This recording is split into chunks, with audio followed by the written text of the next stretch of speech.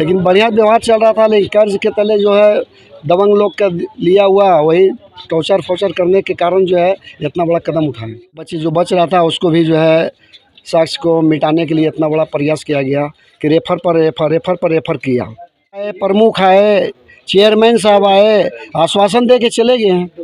मुआवजा कल ने परसों के बारे में बताया, अब क्या होता है वही जाने। प्रसाद गुप्ता जी का जो हत्याकांड की और सुसाइड, जहर ऐसे करके घटना जो घटा है, मैं वहीं पे पहुंचा हूं और जानने का प्रयास कर रहा हूं और अपने व्यूअर को तक पहुंचाने के लिए प्रयास करूंगा कि सच्चाई क्या है। यहाँ पे कुछ लोग हैं, उनसे भी मैं जानकारी लेके आपको बताऊंगा। लेकिन यहाँ पे उनके जन्म स्थल है जिस गांव का नाम है रजौली नवादा, तो मैं यहाँ पे पहुँचा हूँ और मेरे पीछे देख रहे हैं कैमरे के जो उनके चचेरे भाई का दुकान है और उन्हीं से पहले मैं बात करूँगा कि क्या उनके बारे में जानते थे। केदार प्रसाद गुप्ता जी के बारे में कितना जानते हैं? हमारे बहुत बढ़िया विचार थे। हम लोग से आना जाना, शादी ब्याह में वहाँ भी जाना, यहाँ भी आना जाना लगा रहता था। प्रेम से कोई तरह का हम लोग में हती नहीं था। अब बहुत अच्छे आदमी थे। 30-32 साल से वहाँ किराए के मकान में रह रहे थे, लेकिन बढ़िया व्यवहार चल रहा था। लेकिन कर्ज के तले जो है दबंग लोग का लिया हुआ वही टॉर्चर फोर्चर करने के कारण जो है इतना बड़ा कदम उठाए। कौन दबंग जा था वो कर्ज दिया? तो हम लोग का कागज में गवाह दिए हैं या उसमें लिखा हुआ है। क्या नाम नहीं बता सकते? नाम हम लोग को पता ही नहीं है। सुसाइड नोट मिला है? सुसाइड नोट वहाँ थाना लेके चला गया है। बाकी आप उस घटने को किस नज़र से देख रहे हैं? कि नहीं, बहुत गलत हुआ, ऐसा नहीं होना चाहिए था।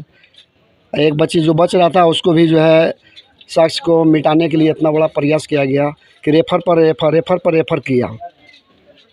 यानी कि मुख्यमंत्री नीतीश कुमार जी, मैं आपसे एक आग्रह करना चाहता हूं कि जो लड़की का नाम था साक्ष्य बनी थी, उस साक्ष्य को मिटाने के लिए आपके यहाँ के डॉक्टर और प्रशासन दोनों मिलके समाप्त कर दिया। यानी कि साक्ष्य को ख़त्म कर दिया। साक्षी तो गई और साक्ष्य भी लेकर चली गई।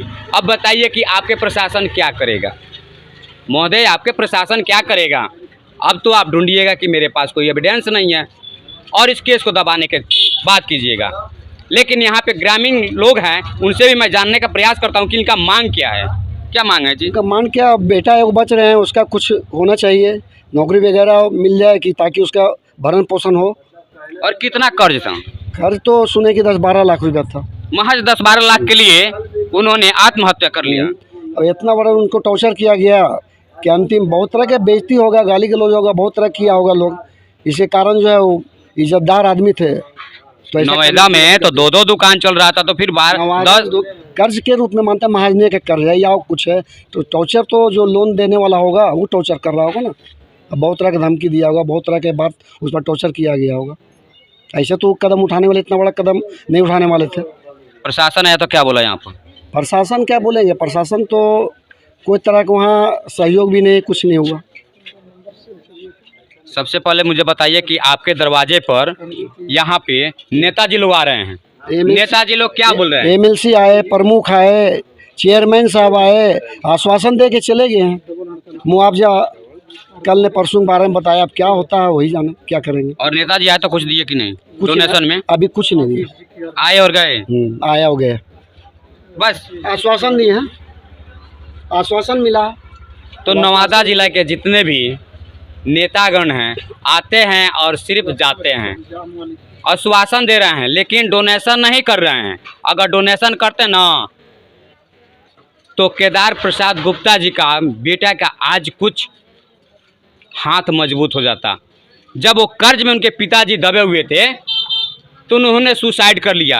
ये भी जांच के विषय बनता है कि सुसाइड किस प्रकार से किए हैं, खुद से किए हैं या कराया गया है। लेकिन यहाँ पे जो नेताजी आ रहे हैं ना, तो सिर्फ आ रहे हैं और जा रहे हैं, पब्लिकों को दिखा रहे हैं कि मैं उनसे मिलने गया था। लेकिन मिलने के बहाने तो हो गया, लेकिन वहाँ पे जाके 2 रुपया डोनेशन नहीं दिए, चंदा के भी नाम पे कुछ नहीं दिए। आखिर क्यों? एक बहुत कड़ा मैं सवाल आपसे करता हूँ कि चुनाव में आप लोग लाखों खर्च करते हैं, लेकिन गरीब के घर में अगर कोई घटना घट जाए तो वहाँ 2 रुपया आप लोग दे नहीं पाते हैं। क्यों? वोट मांगने के लिए आप लोग तो छोटे के भी पैर पकड़ते हैं कि आपका मैं सब हल कर दूंगा, लेकिन जीतते हैं तो बड़े के घर जाकर बैठ जाते हैं। सच्चाई यही है। कड़वा लगेगा ना तो कमेंट जरूर कीजिएगा। जितने भी नवादा ज़िले के नेतागण हैं सबको मैं बोल रहा हूँ,